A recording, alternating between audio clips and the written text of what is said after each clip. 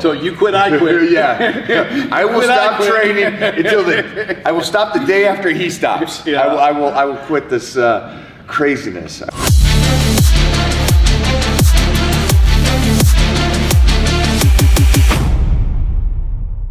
Actually, no, truth be told, I got up early this morning for my swim lesson. This would be news for the audience. Oh my gosh. Yes, I started, because when I was with John Jones over the summer, he swims for cardio. Right. He's got some pretty intense philosophy about swimming, you know, breathe or die. And so when he gets deep into the 5th round of a fight, you know, it helps him to calm, because that's not anything he hasn't experienced before. But anyhow, John likes his coaches. I actually love that analogy though. Yeah, he's serious about that. You see him stand up at the beginning of the 5th round, and you know he's exhausted. He smiles. He smiles. And then when you watch him swim, you understand. I know. Oh, you give me tingles. It's awesome to watch. But he likes his coaches to participate with him in whatever he does, and he's very competitive. Right. His teammates. And so he goes swimming with a professional coach, and everything's deliberate, it's timed, and you know everything's intended to help him with his cardiovascular fitness, but mentally. And so I hadn't swam since I was a kid. Right. And I get out to New Mexico, he's like, we're going swimming. And good, swimming. And so day one, you know, I swam when I was a kid. I think I could swim, right? Even though your feet are always on the ground. Washington State kids, of course we swam a bit. Right, so I jump in and I start swimming, and it's horrendous. It's hideous. And John's coach is like, now that's some black people shit right there.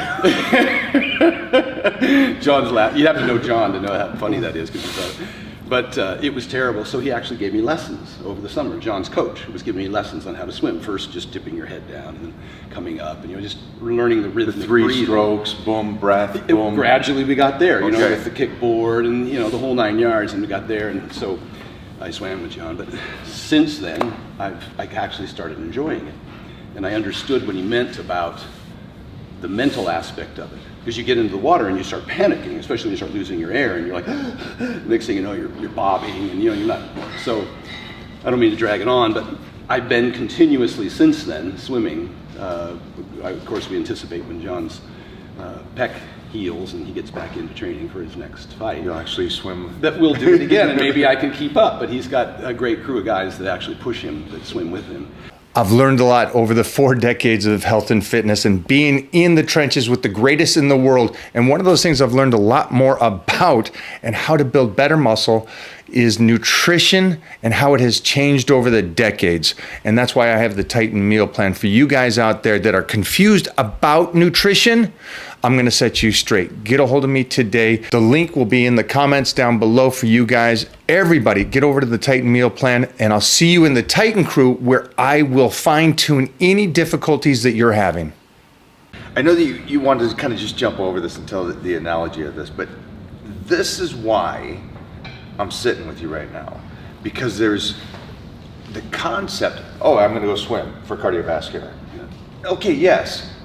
But it's the second, the little seasoning. Why? Why does he do it? He does it because of the 5th round, that mental approach of not being able to breathe. And I need to be in this fight. And I gotta pull something out of me. And I can't be scared. And they don't see that. And it's the little stuff that I can have these conversations with you that it's so minute, but people just overlook it. And so I love that you just told me that story, because I would like today to be about the little thing that they keep going, well, what's the secret? What's the secret? Well, there's no real secret, but there's a lot of little analogies that mean more to us than just stay on your nutrition plan. Well, why? Because it sets you up with discipline, and it makes you consistent, and then it transfers over to life, and it transfers over to being a parent, and it transfers, and there's that avalanche that happens because you went swimming. Yeah. And it's the coolest thing. That's why I freaking love talking to you. So that's a great way to start this whole thing out. And I love that you're swimming, and us being Washington State boys, I have to ask this. How did we used to get in that water? I don't know. Well, now all the pools are heated for old people like Mine's me. at 92. Mine's at 92. Mine's at 88. You wake up every morning and because I have an indoor pool at home, and so the steam and there's actually water dripping from the ceiling in my indoor pool. But back then, as you know, like you were saying, yeah, we would jump in. My kids are the same way. They jump into the coldest water. Jumping into Lake Washington and I don't that get kind it. of stuff.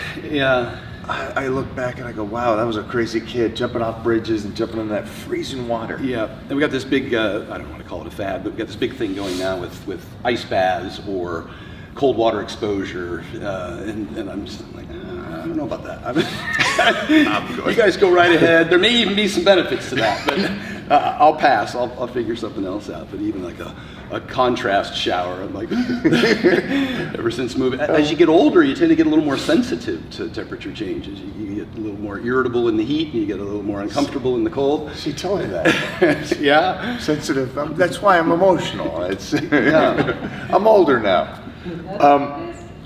I have been really, and I don't know if the world knows this, I've been really picking your brain, trying to get that outside source of somebody that I respect and I will listen to. And when it comes to nutrition and training, you're that individual that I'll go and bounce off every idea to.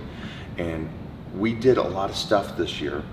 If you guys didn't know, I did. I outlined a nutrition plan for myself, and then I sent it over to you to give it governed by you, and then you gave your suggestions back. I made modifications if necessary, and then continued forward. And it was a nice journey, and it's not over. It's never over. It's never. It's just pit stops and keep going. Until you quit, I quit. Yeah. I will stop training until I will stop the day after he stops. Yeah. I will quit this craziness. I always say this too. They go, when are you going to quit? And I go, we've been doing it so long. I don't know how to stop. Right. I'm not that smart. Right. My sanity's tied into it. And of course, then damn Stu Phillips comes along and suggests that weight training is, well, and Peter T has been talking about it for years now as well, that the strength is one of the best predictors of lifespan and health span. And now everybody, as you've witnessed, from Rhonda Patrick to just everybody who's in the longevity field, even old David Sinclair, one of the guys who used to be a big protein limiting kind of guy in terms of mTOR stimulation, etc. They're all lifting weights. And they're all invested as that as the primary driver of health outcomes. Stu Phillips just came out this week and said the American Heart Association, we had this conversation before, the American Heart Association says that lifting weights is equivalent to cardiovascular fitness for health span and lifespan, meaning a replacement for, or as an alternative, or in isolation of, although we've always said do both. Now, even the American Heart Association has come forth and said that just lifting weights will give you the same lifespan, cardiovascular benefit for lifespan as cardio. And everybody was going back and forth as to, you got to do both. And I said, well, maybe not. We do both, but it's not entirely necessary, but the weightlifting seems to keep coming to the surface as the... Keeps rising. If you're going to have to pick one, and it's not a dichotomy, Right. that's the one that you pick. And that's the one that we recommend to our clients. So would we go back to Arthur Jones making those statements? Yeah. We're talking, 50, 60 years ago, Arthur Jones talking Yeah. about it's the weightlifting and there's no real secondary. Now I know he's You extremist get a and I love how he cardiovascular talks. benefit from the weightlifting is the point. And people always thought, well, no, you need to do weightlifting and cardio to get the cardio benefit. But in fact, no. The weightlifting provides the cardio benefit.